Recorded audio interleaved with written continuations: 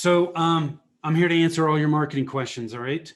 I am Tim Fitzpatrick with Rialto Marketing, and I'm hosting this workshop for SCORE, and happy to do it. SCORE is a fantastic organization, so I'm glad that you're taking advantage of this. While I run through a couple of these housekeeping things really quick, if you have questions, just pop those in Q&A. So down at the bottom, you'll see a little Q&A. Just put your questions in Q&A as I go through these quick slides over the next 3 or 4 minutes. And then I'm going to spend the rest of this hour just answering any and all questions that you have. Please do not be bashful. If you have a question, I'm sure somebody else has that question or has thought about it. So there are no dumb questions. Just ask away and I'll do my best to help you as much as I possibly can. So couple things. This is being recorded, as I mentioned. Post your questions in Q&A, and I'm going to do my best over the next hour to get through everybody's questions. I always like to start any of these marketing workshops that I do by defining marketing to make sure we're on the same page. I like to keep things simple. To me, marketing is getting someone that has a need or a problem that you can solve to know, like, and trust you. That's it. People do business with people they know, like, and trust. So the job of our marketing is to warm people up so that when they are ready and they raise their hand, they think of us first. Okay? Simple as that. Now, what I see is most people overcomplicate marketing. It's so easy to do because there's so many different marketing channels. A lot of the people that we come in contact with are just battling information overload. Okay, there's so much information, you're just overwhelmed, you're not quite sure what to do or what's the best tactic or how you should take advantage of a specific tactic.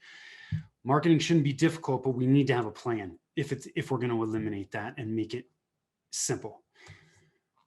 Marketing success is all about the fundamentals. Okay, to me, it's a marketing strategy trilogy. You have your target market, who you're going to serve, how you're going to serve those people. You have to have a clear, engaging message that attracts those people, and you have to have a plan of how you're going to get that message in front of those people. These 3 elements lay the foundation for you to build the rest of your marketing house from. If you skip them, you're going to waste time, you're going to waste money, and you're going to have to come back to it at some point. Okay, so the fundamentals are super, super important, not only in marketing, but in any discipline. The fundamentals don't change. Okay, so that's one of the reasons why I always like to touch on this with these Ask Me Anything workshops.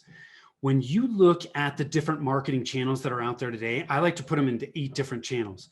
At the center is your strategy or those fundamentals, knowing who your ideal clients are, your target market, and having great messaging. And then from there, you've got these other 7 elements on the outside. Any tactic is going to fall into one of these channels. And please do not think that you have to be involved in every single one of these channels to have a successful business. You do not.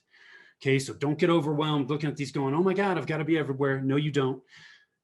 There are people that have built incredibly successful businesses in just 2, 3 main channels. I think it's good to have multiple channels that you're generating leads from, because then you're not so dependent on any one channel.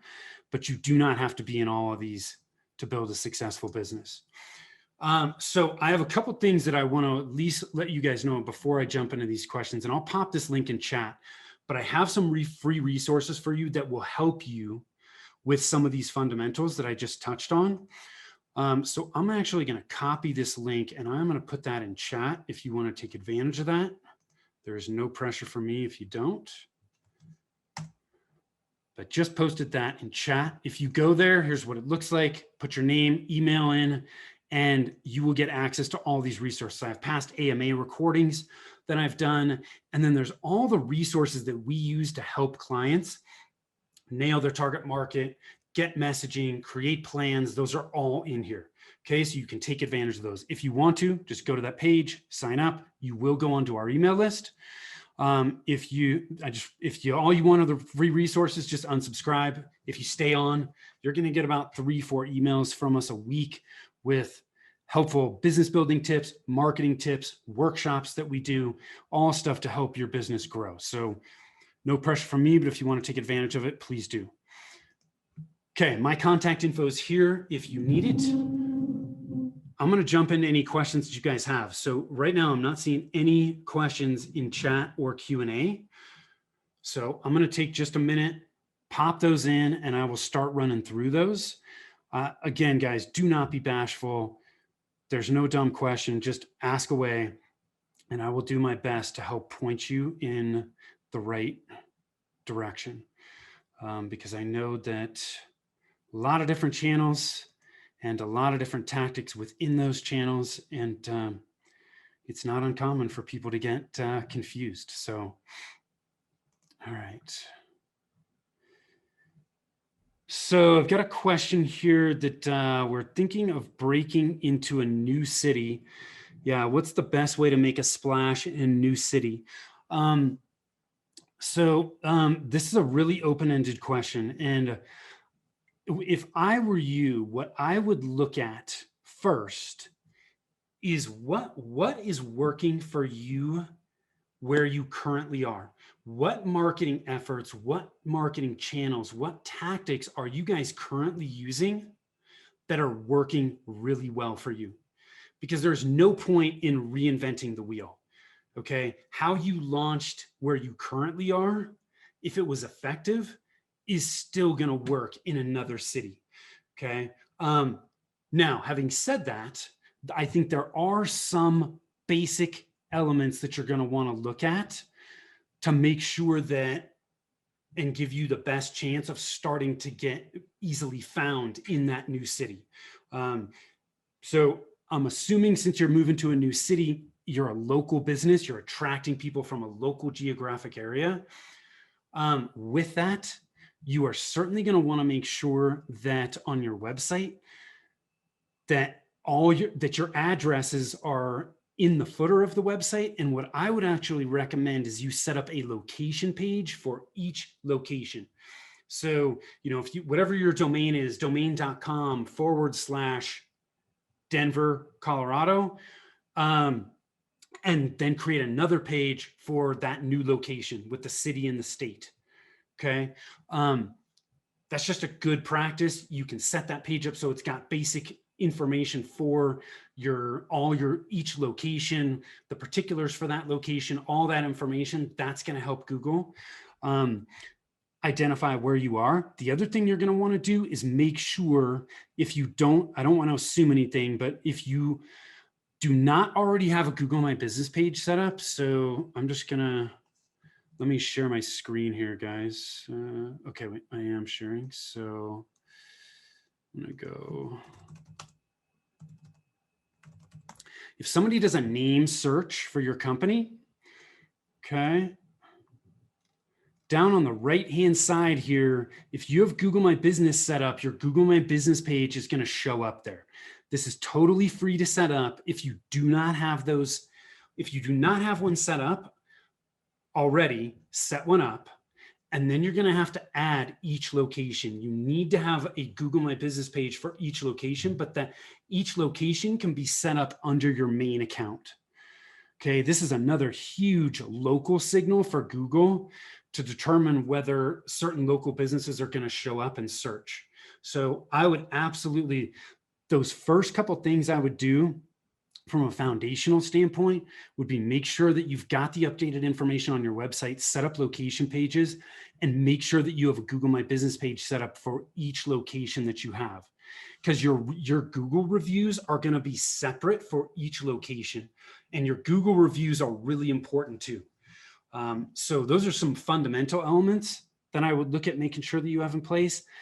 And then I would go back to what's working for you currently and start doing that in your new location. There's no point in reinventing the wheel. Okay, if it works for you here in Denver, it's going to work for you somewhere else. Yep, and then a follow-up question, are location pages better than subdomains? Yeah, this is an interesting question. Personally, I would set up,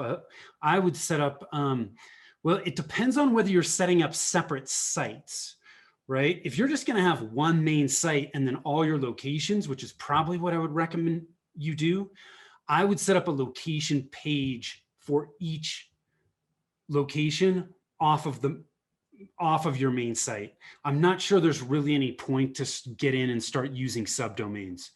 I think I've seen it done most of the time. When I see it done, it's being done off of your main domain. So I would just use the main domain and then set up a location page for each location that you have. So let me know if you have some follow-up on that, but I hope that helps.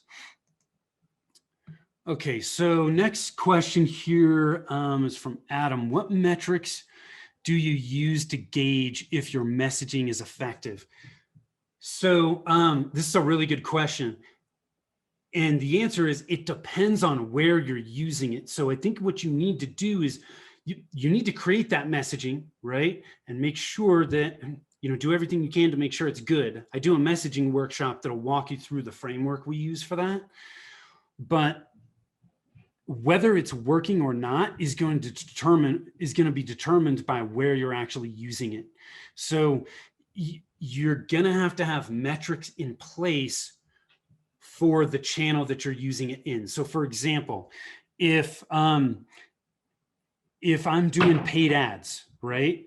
Am I getting results from those paid ads? And paid ads may not be a great example because there are a lot of moving parts with paid ads.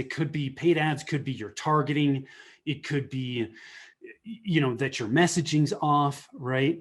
But, like on your website, are people landing on your website and then are they actually taking the action that you want them to take? If not, you may have that could be a messaging issue. Okay. But here's the thing that I would look at. If you're not tracking any metrics at this point, I would recommend you keep this very simple to determine whether the actions that you're taking are even moving the needle at this point. Okay. One is I would look at how many visits you have to your website, and you have to have a baseline here, right? What are your past visits? If you don't have that information, what you need to do if you haven't already is set up Google Analytics, which is totally free. Okay, so you can set up Google Analytics, and Google Analytics will then, and you'll have to load it on your site. Google Analytics will then track all kinds of information that can be really, really helpful. One of those things is how many visitors are coming. It'll track where they're coming from. All of that. There's a ton of information in there. But at a base level, if you're taking action with your marketing, it is going to drive people. If it's effective, it's going to drive a certain amount of people back to your website, because people are they're not just going to take action in most cases from each specific channel. Some of them might, but in general, it should start to boost your website traffic. That's a good indication of whether your actions as a whole are starting to have an impact. But the other thing I would look at too is how many leads you're generating and how many of those leads are you converting to customers. Okay, so look at how many leads you're generating, where they're coming from. If you get that information of where they're coming from, that's going to tell you whether the specific channels you're using are effective or not. And then from there, you can determine how many leads do I need to then convert to a customer. If you start to track those three things, that's the easiest place, I think, to start if you haven't been tracking a lot of metrics. But I think in general, sometimes it may be a messaging issue, sometimes it may not. And you're going to have to play with things a little bit because there are multiple moving parts in a lot of what you're going to do from a marketing perspective. So it may be difficult to really pinpoint and hone in, is this a message issue in certain channels or is it something else? But you're going to have to kind of dig into it a little bit and check. So I hope that helps, Adam. If you got follow-up questions for me, please just pop them in Q&A. But there are multiple facets to that. But what I can tell you is if your messaging is not good in general, right? If you don't really understand who you intend to reach and really get into the conversation that's in their head as it relates to what you do, it's going to be really hard to create good messaging in general. So you really got to get in their heads first, then you can create messaging that's going to resonate with them. And then you can move from there. And I'm going to stop sharing right now.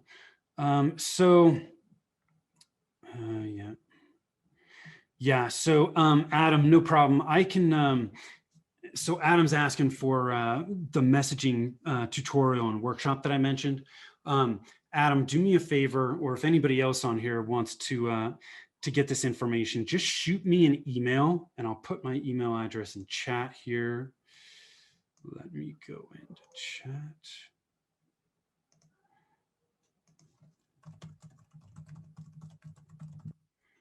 So I just put my email in chat. Shoot me an email saying, hey, can you send me your messaging workshop? I'll just send you the recording with all the tools, okay? So happy to help with that.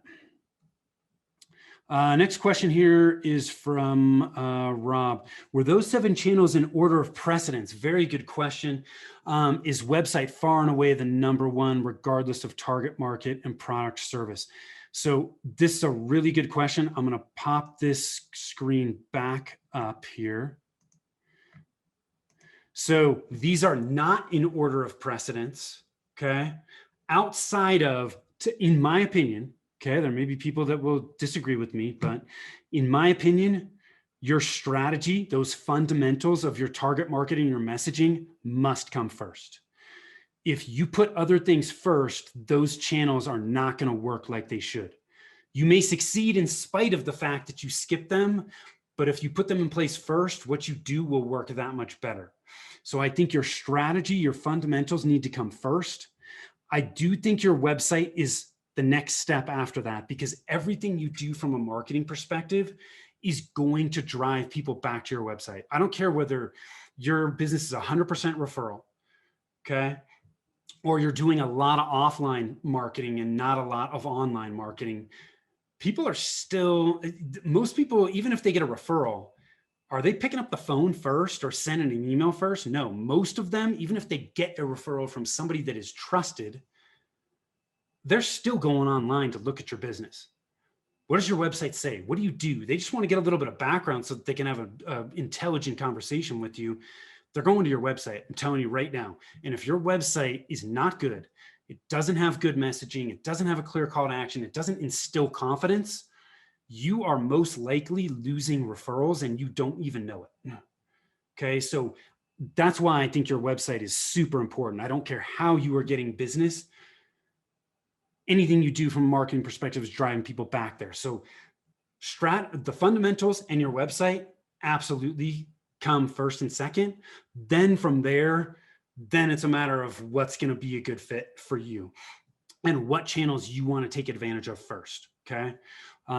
But fundamentals and your website, I absolutely think should come first. Okay. So I hope that answers your question there. If you've got more, you just pop them in.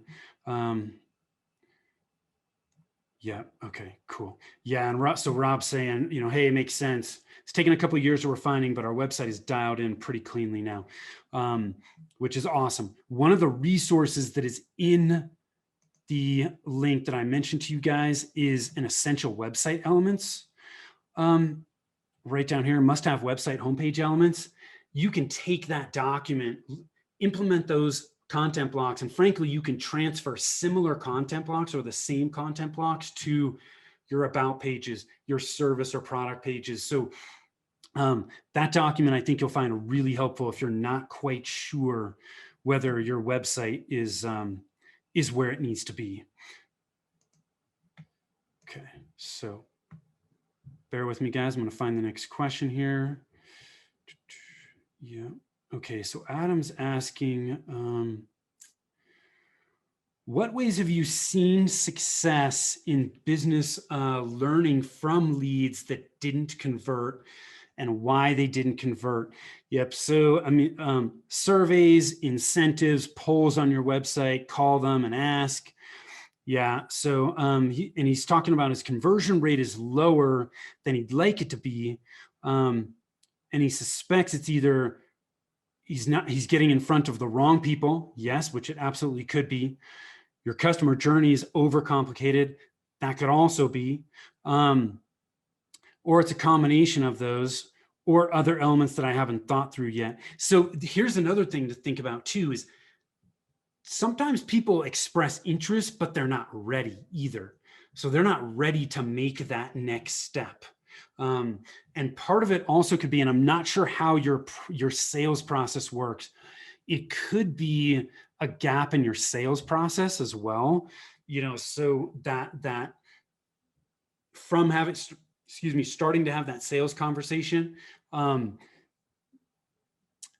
there's something falling through the cracks. But sometimes, they say that at any given time, only 7 to 10% of people in your audience are actually at a place to buy. So if you think about that, there are people that may express some interest, and they are interested, but they're just not ready yet.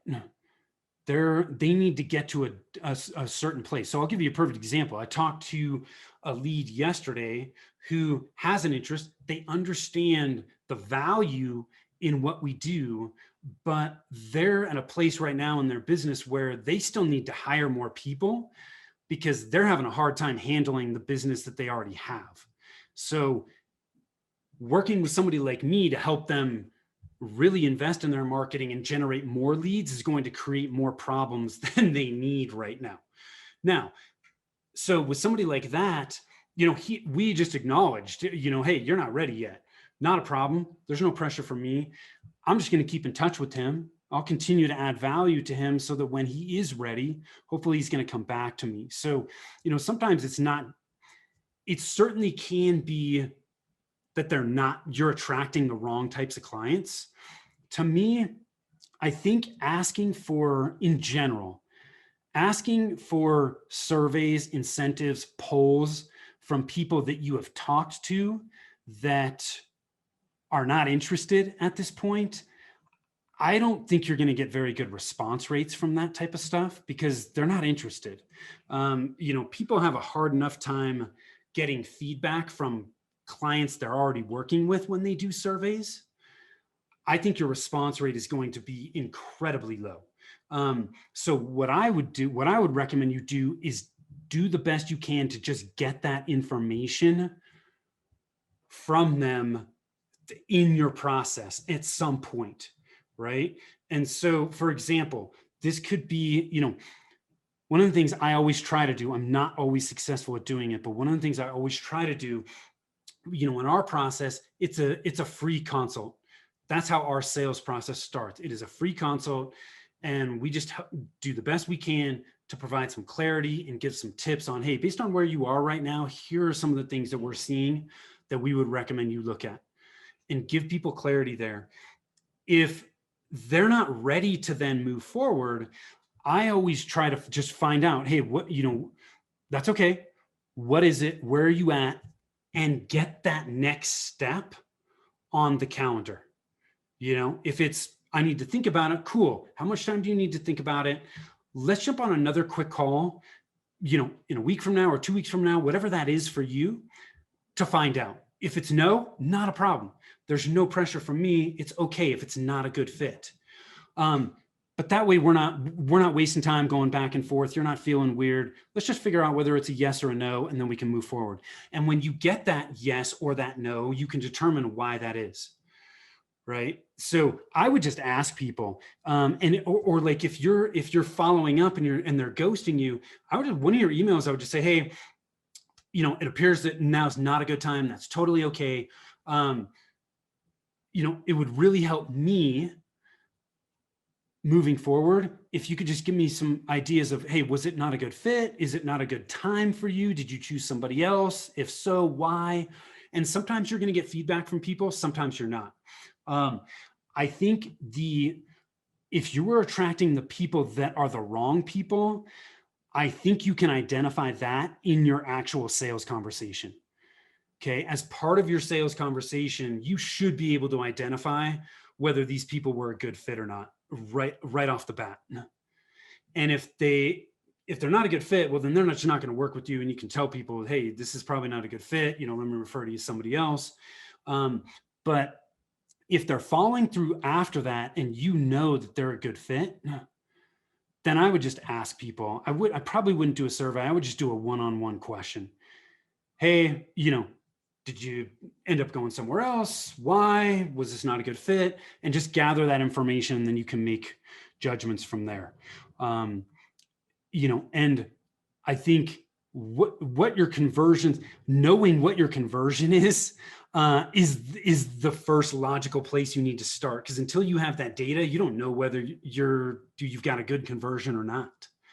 And then once you know that, then you can start looking at and identifying where we may have some gaps, getting that feedback. So I would just keep it simple, Adam. I know I've been talking about this for a little bit. I hope that answers your question. If you've got follow-ups, just pop them in Q&A, but I would take that one step at a time and get the data you need to try and determine where things are falling through. Collecting. Yeah, so he's saying, I love the idea of collecting information on the lead during the lead gen process instead of trying to gather more info after they go cold. Yeah, I would absolutely do that. Depending on what type of business you're in, people, like for us, people can't schedule a free consult with us until they have filled out a form. That form asks for, I don't think it's too onerous, but it's enough information so that we can jump on that call knowledgeably and hit the ground at 60 miles an hour rather than spending 30 minutes asking these questions over again. There's just no point in that. I want to be as efficient as possible. And asking for that information up front there's a little bit of a hurdle there. And if somebody's not really interested, then they're not going to fill it out and not schedule it. And then I'm not going to waste my time. If they're at least motivated enough to fill that information out, I can add some value to them on that call, whether it's a good fit or not. And if it's not a good fit, then I can connect them with somebody else. Or at the very least, if they're not ready, I can give them some resources that are going to help them based on what I'm seeing. And then we can move from there. So that's just how we handle it. But I know there are a lot of coaches, consultants, professional service type providers that start with a free consult or a discovery session or something like that.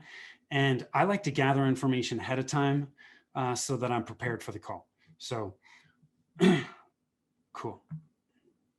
So let me see if we've got any other questions here in chat.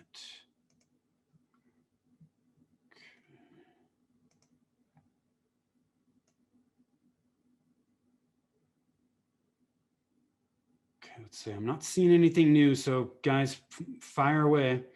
Yeah. Okay. Cool. Yeah. So what else do you guys have? Again, there's no dumb question. Yep. Okay. So Adam's adding in here, my ghosting rate is very high from those that schedule with my free consult. Yeah, which is a big waste of time. So are they, what I'm not sure is, are they scheduling and then not showing up, or are they ghosting after the call? So let me know that. Pop that back in Q&A. So he's saying his ghosting rate's really high for those that schedule. And yes, it's really, really annoying when you set that time aside and you show up and people don't show up. Yeah, so he's also saying, I thought it was best to minimize requested information to bring in more leads, but perhaps requesting more info brings in less leads that are more qualified. That's exactly right. So yeah, and that's why we do it, okay? If somebody's not really motivated, they're not gonna fill out that information. And frankly, if they're not gonna take the time to fill out that information, they're not gonna be a good client. Because for us to do great work for people, they have to be invested in the process just as much as we are. If we're more invested in the process than they are, that's a problem. So we have a little bit of a hurdle. There may be people out there that disagree with me on this, but I think you're going to generate higher quality leads when you ask for at least some upfront. The other thing that may be happening as well is, okay. So he's saying they're scheduling, but they're not showing up. So again, I'm not sure how you're actually handling your scheduling. The way I handle scheduling is they fill out the form on our site. When they fill out that form, they then go to my calendar page and they can automatically schedule when it's convenient for them. as part of my scheduling software, they get, I believe, 3 follow-up messages from that. I don't remember off the top of my head, and I set it up a while ago, but I think there is 24 hours ahead of time, there is 1 hour, and there is like 15 minutes. And if they give me their cell phone number when they schedule, they'll get text messages. So that automated follow-up does really help make sure that people are going to be there. I honestly, Adam, I have never looked at my ghost rate, but it's really low. So, you know, it might be, I don't know, maybe 5%, 10%. I mean, maybe 1 out of every 10 people that book a call with me don't show. The rest of them show. So I think the more you can, if you're not, the more you can automate that scheduling and the follow-up process, the better you're going to get from a show up rate. I also think if you ask for information ahead of time, that's going to help your show up rate as well. Because right now they have very little at risk, right? They just scheduled, it's in their calendar, this isn't going to work for me. They're not really motivated. But if they've spent 5 to 10 minutes to fill out a form so that you're ready, I think that's going to help. And I think automating your follow-up process is going to help as well. Okay. Yeah. So, okay. So Adam's also adding in here saying, hey, he runs a destination work program and his target market is 18 to 25. Yep. So that could also be a reflection of your target market as well. Yeah, which is pretty high across the industry of educational programming. So that does make sense. But I think anything you can do to get them invested in the process ahead of time is going to help your ghost rate. Even if you manually, like I've had people say that manually texting like 15 minutes ahead of time works really well too. So even if you can't do that from an automated standpoint, just texting somebody 15 minutes ahead, you know, it could even be you're taking a picture of yourself, right? You know, it's like, hey, looking forward to our call in 15 minutes. Can't wait to connect. So anything you can do to automate the follow-up process prior to them jumping on the call, I think will help as well. So give those things a try. You're not going to know until you start testing this stuff. But what I can tell you is before I had people fill out a form that provided information so I could really hit the call running, I had more people that did not show. I had more people that did not show when I was manually doing stuff rather than automating the scheduling process. So I think, and frankly, the more you do that, the more professional it looks, the more it just differentiates you, because a lot of people don't do that. So I would give that a shot. Test it. It could be a function of your market. The other thing you could do too, and I don't know how long your discovery calls are, but the other thing you could do to minimize the impact of people ghosting is keeping your call short. Don't do a 30-minute or a 45 or an hour-long call. Do a 15-minute call. Keep it short. And that way, if people do ghost, you haven't wasted a ton of time and you can focus on something else and move on. But I would try all those things and test them and see what happens. What else do you guys have? I know you got other questions because there's too many marketing channels to not have any questions. So fire away, taking advantage of it. We've still got about 25-ish minutes. So jump in and ask away because I am an open book. So I'll give it another minute or so here. And if you guys don't have any other questions, then I can start running through some other marketing things and hopefully at least help.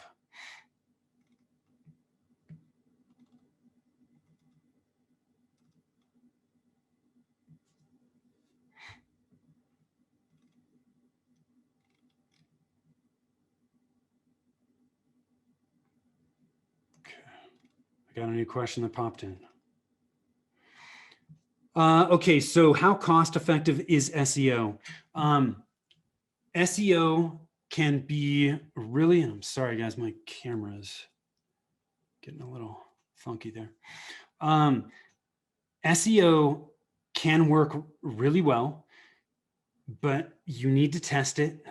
You need to be invested in it, because it's not, unless you are in a very uncompetitive niche, smaller market, it's probably going to take some time to start to see results. SEO is not a set it and forget it thing. It is something that you've got to invest in each and every month. So it can work, but you do have to have money to invest. And you got to do it consistently. I mean, I've heard some SEO people say, you know, hey, we can get results in 3 months. I think that's really overly optimistic. I think in most cases, you're going to need 8 to 12 months, sometimes more, if your industry is really competitive. It just depends on how competitive your keywords are, and also how much volume is there. You know, how much volume, how many people are searching for those specific keywords each and every month. But SEO, there are a lot of moving parts. You've got your on-page SEO, so your actual website. Is your website set up for SEO success? For local businesses, your Google My Business page, really important. Your online reviews, the quality, the quantity, super important. Directory and citation listings, which are your business information listed on other sites across the web. Those are a good foundational element to have in place from a local SEO standpoint. Content, you know, what type of content are you creating? Content can help you rank for lower volume keywords, but keywords that are what we would call more long tail, 4 or 5 word keyword phrases that aren't as competitive, that may still drive traffic. Backlinks, links from other websites to your website. So for example, if you're part of the chamber and you're a chamber member, you have a listing on the chamber website. They list your business information and they list your website. And if I click on that, it goes back to your website. That is a backlink. In general, the more backlinks you have from high quality, high authority sites, the higher likelihood you're going to rank on Google. But how do you get backlinks? Most people get backlinks from creating content. So there's a lot of moving parts there, and it takes time. What you need to track if you're going to invest in SEO, because most SEO companies are going to say, well, hey, you're ranking for these keywords. Okay. You know, all of a sudden you've ranked for these keywords. Well, great. But maybe I rank for a keyword that has 10 searches a month. Is that really going to move the needle for you? It might, if you have a lot of those 10 searches a month keywords that you rank for. Okay, so don't get caught up in the vanity metrics that don't mean anything. Great, you rank for those keywords. Is ranking for those keywords driving an increase in visits to your website? And are those increase in visits actually converting to additional leads? That's what you need to track to make sure that it's effective for you. But don't expect to move the needle immediately with that. So if you've got additional follow-up questions on that, please let me know. But SEO can work really well, especially for, you know, local service businesses. It can be a really good thing, but you need to make sure that what you're investing is starting to make an impact and then it's converting. The big mistake I see people make is they're investing in SEO, and which is driving people back to a website, and the website, it's not a good website. Doesn't have good messaging. It doesn't have a clear journey or a clear path that the customer is supposed to take. They don't have good calls to action, right? They're not telling visitors what they want them to do. And when that happens, you're just wasting money. You're driving people back to a website that maybe it converts, but it's probably not going to convert nearly as well as it should. So the way you're going to make SEO cost effective and the way you're going to get a better return on it is by getting those fundamentals in place first and then investing in those channels. or in that particular channel. Okay, so let's see. Sharon is asking, a lot of people emphasize the use of social media / Facebook. In your experience, have you found that social media sites are more effective than other forms of marketing? So here's how I look at social media. Social media in general, whether it's Facebook or Instagram or LinkedIn, whatever it is, it doesn't matter. Social media can be a really strong place to generate leads, but it takes time. So if you're thinking about getting involved in social media, the way I would look at it is initially, it's really more about laying ground cover and starting to give your company credibility, so that when they go to your website and they look at it and they like what they see and they go, oh, they're on Facebook or they're on LinkedIn, let me check out what they're doing. When they click on that, they go to your profile and they see activity. They don't see your last post was 6 months ago, because if they see that, they're like, right? Does that instill confidence in people? No, it doesn't. So initially, I think your social media activity is really more about laying ground cover and starting to build some credibility for your business than it is to actively generate leads. From there, I would recommend, if you're going to spend time on social, that you go deep into 1, maybe 2 social media channels before you start to expand. The big mistake I see a lot of people making is they're like, oh gosh, I need to be on Facebook, Instagram, Twitter, LinkedIn, and it's too much. They don't do any of them well. They would be much better served just saying, you know what, we're in business to business. So for example, for my company, we're on a lot of different social channels, but LinkedIn is a really good channel because all of our ideal clients are on LinkedIn. They are active on LinkedIn. That is a place where we need to be. So if we're going to invest heavily in one channel, it's going to be in LinkedIn over another one. The other thing you need to keep in mind is just posting consistently on social media is not going to generate leads, because the amount of people that are going to see your posts organically without paying for it is really, really small at this point. Social media has become very much pay to play. So it's going to take some time. But I think it's a good idea, but I don't think it's a good idea to get lost in social and spend too much time on it. Because what ends up happening is people, they go on Facebook and they're like, I'm just going to do a couple business things. And then they get sidetracked, and an hour later, they're still on Facebook. So focus on being more of a producer of information on social media than a consumer of it. Okay. Post good stuff that's engaging and helpful for your target market.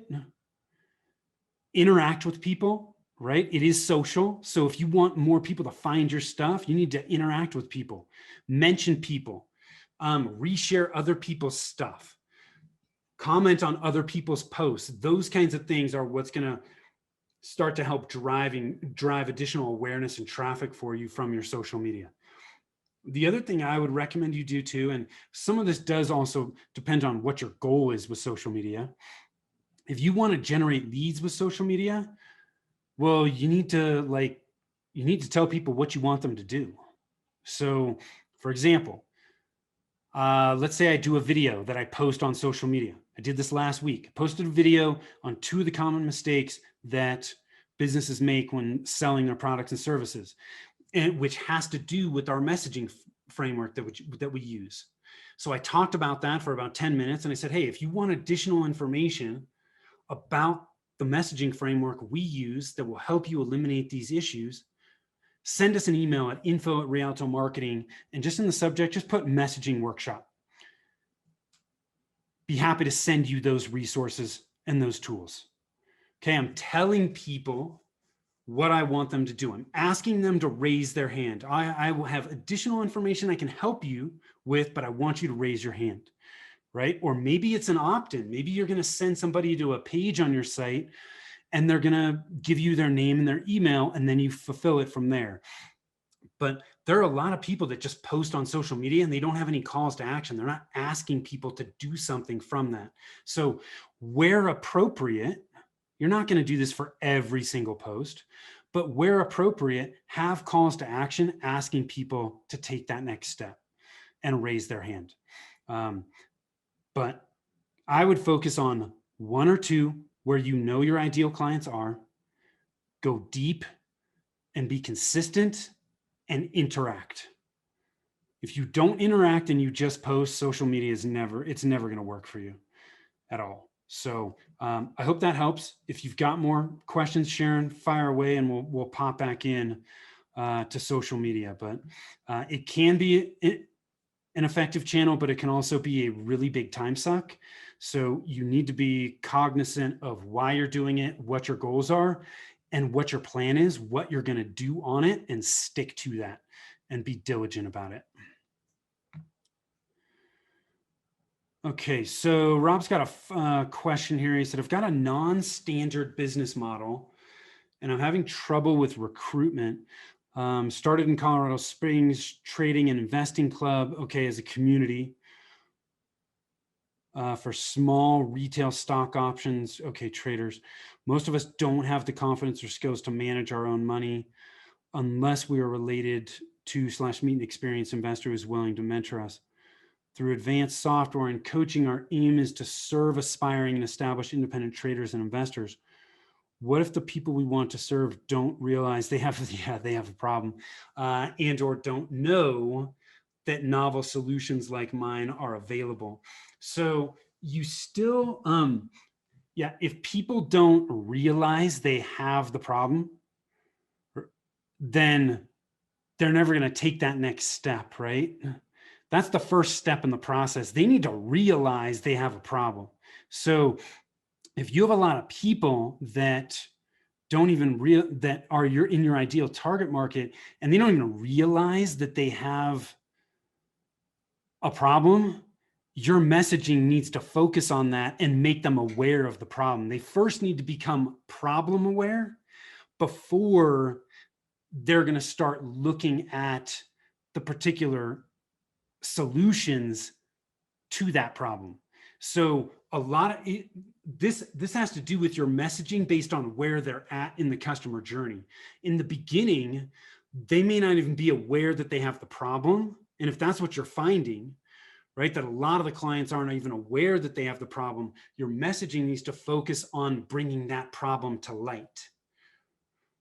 Okay, so this might be a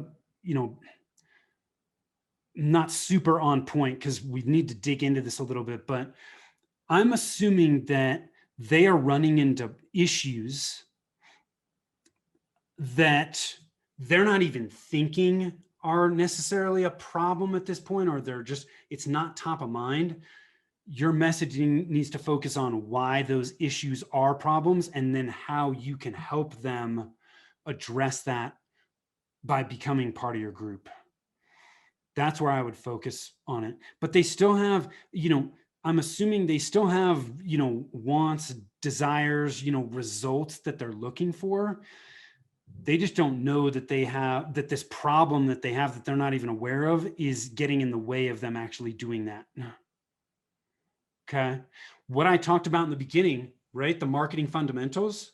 Okay. So many people that we work with are treating we come in contact with are treating the symptoms of their problem rather than the underlying cause. The symptom is I'm not generating enough leads, and people start to think, oh, I need to be on Facebook, or I need to do social, I need to do SEO, when in fact, that's no different than a doctor saying to me, hey, you have high cholesterol, we're just going to put you on a statin. Well, maybe I don't need a statin. Maybe I need to watch what the hell I eat. And through my diet and my exercise, I can get it down without the statin, right? When you focus on the fundamentals first, you're treating the underlying cause of the problem, not the symptom. And then it goes from there, right? So we run into the same challenge at times. So I hope that helps, Robin. I know you got a follow-up question here as well. And we got about 9 minutes or so, guys. So If you've got more questions, just fire them in. Rob saying additional context while you're discussing SEO, most of the highest quality members have found the club by word of mouth, which is not uncommon, and in-person networking. So our target market is those with an interest in managing their own money, have at least a little seed money to get started, and most importantly, who have or are willing to cultivate the discipline to treat trading and investing as a business and make responsible decisions. Yeah, so what you've already honed in on some of these things. You already know that your target market has these characteristics, okay? They're interested in managing their own money, right? They're willing to spend the time to learn it so they can manage their own money efficiently and effectively. And they have some seed money. Now, how much seed money? You probably need to, I think how much a little is needs to be dialed in even more. Because a little for some people may be $2,000 and a little for others may be 20 or 50 grand, right? So hone in on that. And also, what demographically about them, are they specific age ranges? Are they married, starting a family? Where are they at in that process? Knowing that will then start to help you, because then what you can do, the more data you have on who your ideal clients are, the next thing you can do, once you know who they are and what their thoughts, their feelings, their aspirations are, right? One of the thoughts you've already honed in on is that they're interested in managing their own money. Well, why are they interested in managing their own money is probably something really good you want to know as well. Do they not trust, traditional wealth managers or financial advisors? Do they think they can do a better job? The more you can get in their head and understand who they are, then you can start to look at and identify where they are. Where are those people? And an easy place to start as well is with your existing members that are ideal clients. Where did you find them? So you found them at in-person networking. Where were you networking, right? What networking groups do these people belong to? What types of, you're getting referrals, right? Referrals are great, but where else are these people? Where do they congregate? Online or offline, and or both. And once you can start to do that and create that list, now you have an idea of where you need to be to get your message in front of those people. But you can't really create a list of where to find them until you truly understand who they are. The other thing too is and I don't know if these people, if they're all local or if they're, can they be anywhere? That's also going to depend on where you determine, where you want to put your list in as well. But my guess is these people, there's a little bit more data that's going to really help you hone in on who these people are. I think you've got a great start. They want to manage their own money. They've got some seed capital to invest, and they're interested in actually learning about it so that they can do it for themselves. But what else about them? Do they already have a specific net worth? They have specific money set aside already? How much money do they make?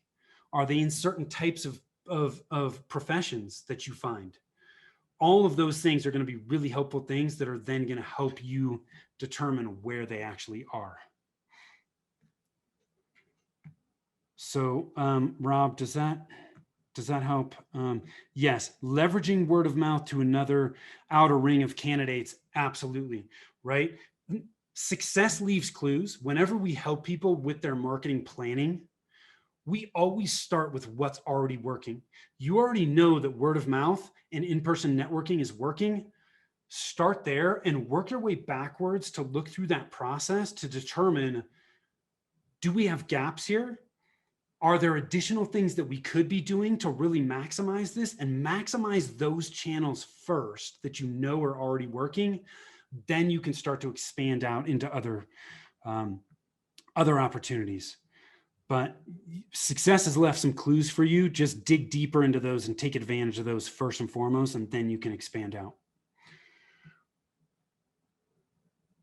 Yep. Okay. So yeah. So he's saying, yep. So Rob said, yep. They're making they have a couple grand to start, generally 30s to 60s, right? So you've got some of that data. Just determine whether there's any more you can put in there, because the more you have, the more you're going to understand who they are and what they look like.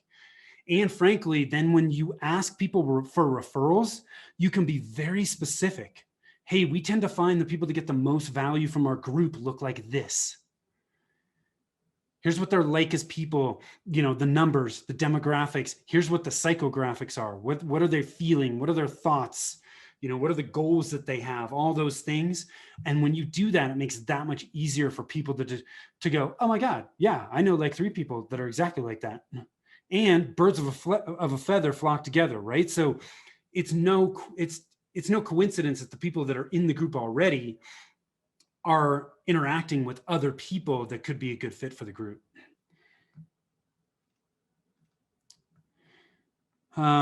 Yeah, so Rob says he likes success leaves clues. I did not come up with that. A mentor of mine said it to me, and I'm sure he heard it from somebody else. But yeah, success leaves clues in your business, in your personal life, anywhere. It doesn't matter.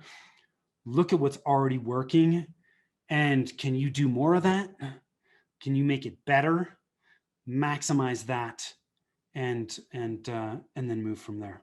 So couple minutes left, guys. So if there are additional questions, fire away and I can ask anything that you have quickly.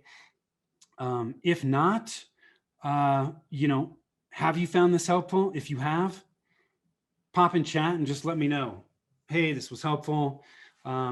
If there's ways I could make it better, you tell me that as well, because I'm here for you. So happy to do what I can to try and help. So if there's ways that I can make it even better than what it already is, then you let me know. Yeah. Yeah. Thanks. Thanks, Rob. You can attribute it to me, but success leaves clues was not me, but I'll take credit for it if you want. So awesome. Other than that, guys, it looks like we're not a whole lot of other questions. I'm doing these consistently for SCORE every month. So if you got more questions next month, pop back on. Happy to have you. Keep an eye out for the other SCORE workshops. There's marketing workshops that I do. There's marketing workshops other people do. There's how to run a business and finance and operations, all kinds of stuff that SCORE is doing to help you in your business. So please don't feel like you're on an island by yourself. There's no need to feel that way. The help you need is out there. You just need to know where to go to get it. So hope you guys found this helpful. Yeah. Okay. Yeah. So Nina, yeah. Okay. Nina, send me an email with specific questions you have regarding to website stuff, and I'll be happy to send you information. So if your specific questions didn't get answered, then you let me know. And my email is in the chat. It's just tim@rialtomarketing.com. I'd be more than happy to send you some website info that I think will help you, but ask me any specific questions you have there, Nina, and I'd be happy to help you. So awesome. Other than that, guys, it is 11. I want to be respectful of your time. I'm going to drop off. Thank you for spending the hour with me. I hope you got some value from it and it was worth your time. If it was, be happy to have you on any future workshops that I'm doing. So get out there and make things happen. So thank you so much, guys. Take care.